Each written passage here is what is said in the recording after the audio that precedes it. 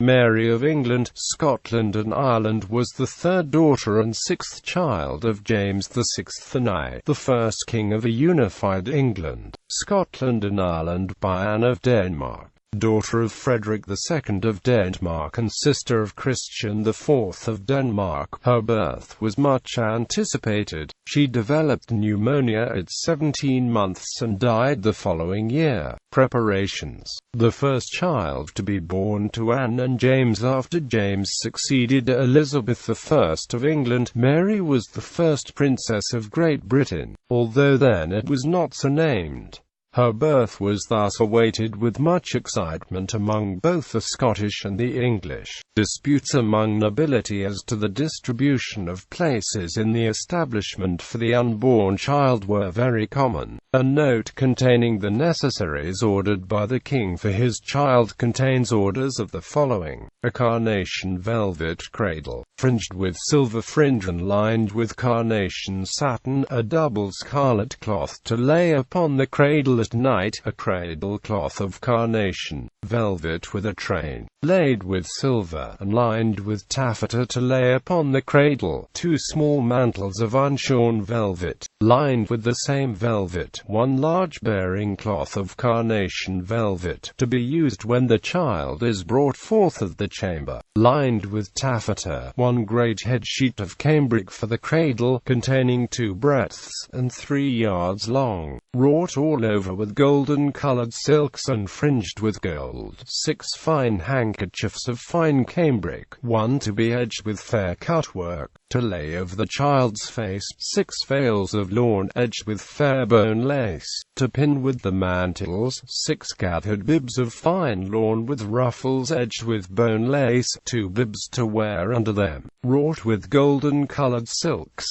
The total cost of this went up to £300, currently worth around £790,000. Life. Finally, on the 8th of April 1605, at Greenwich Palace, Anne of Denmark delivered a girl. Although the peoples of King James were slightly disappointed, the birth of the first princess of the 2 united realms was a cause for celebration. Throughout the realms, bonfires were lit and church bells rung all day long. The celebrations were encouraged by the fact that 68 years had elapsed since the birth of a child to an English sovereign, the last being Edward VI.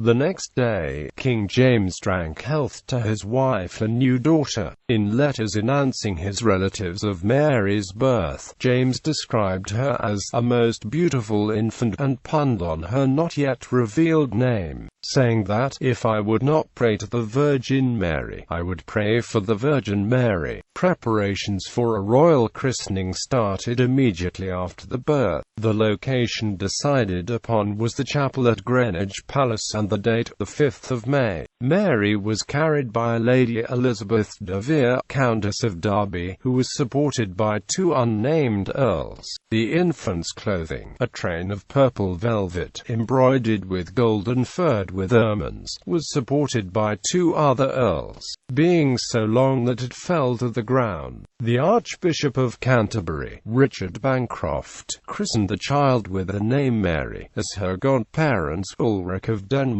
brother to the Queen, Lady Arbella Stuart, first cousin to the King, and Dorothy Percy, Countesses of Northumberland, wife of a powerful Earl, had decided to name her. Immediately after the ceremony was complete, the noblemen put on their coats and the trumpets sounded. As a way to further celebrate this joyful occasion, the King presented Queen Anne with new jewellery and created several new peerages. Mary was given into the care of Sir Thomas Neve, afterwards Lord Neve, whose part in arresting Guy Fawkes and stopping the gunpowder plot from happening remained in history. On the 1st of June 1605, Mary was sent to stand Stanwell, Middlesex, to Neve's residence. He was given £20 per week for the infant princess's diet and that of her suite, consisting of 6 rockers and several inferior attendants, but the king himself paid the wages,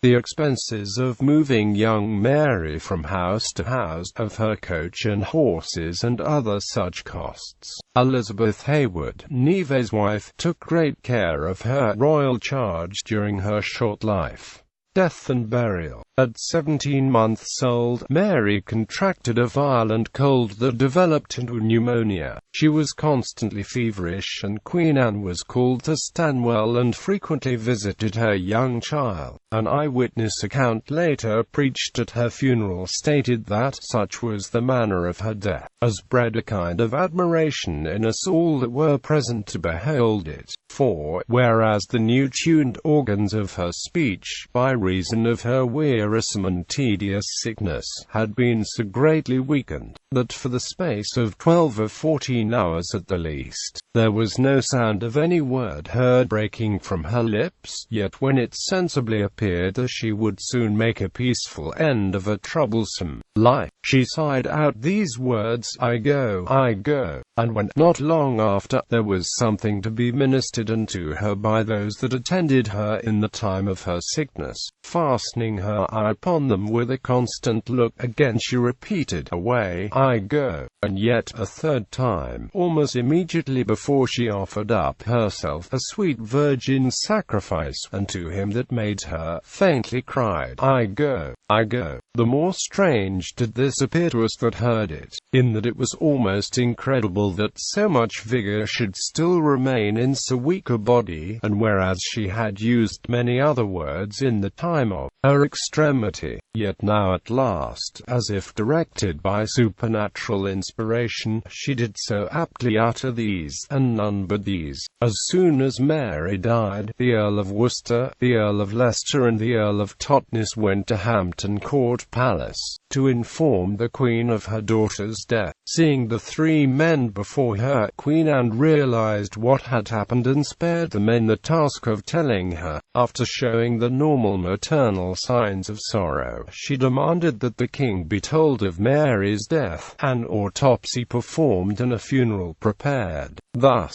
a private ceremony took place at Westminster Abbey's Henry VII Lady Chapel on the 23rd of September, and Mary's embalmed body was buried opposite of her sister Sophia's tomb. Her effigy, created by Maximilian Colt, represents a young girl, clad in a mature dress, with the traditional ruff carved in ivory. It reads, I, Mary, daughter of James, King of Great Britain, France and Ireland and of Queen Anne, received into heaven in early infancy, found joy for myself, but left longings for my parents on the 16th of September, 1607. Ye congratulators, condole. She lived only 1 year, 5 months and 88 days. Ancestors.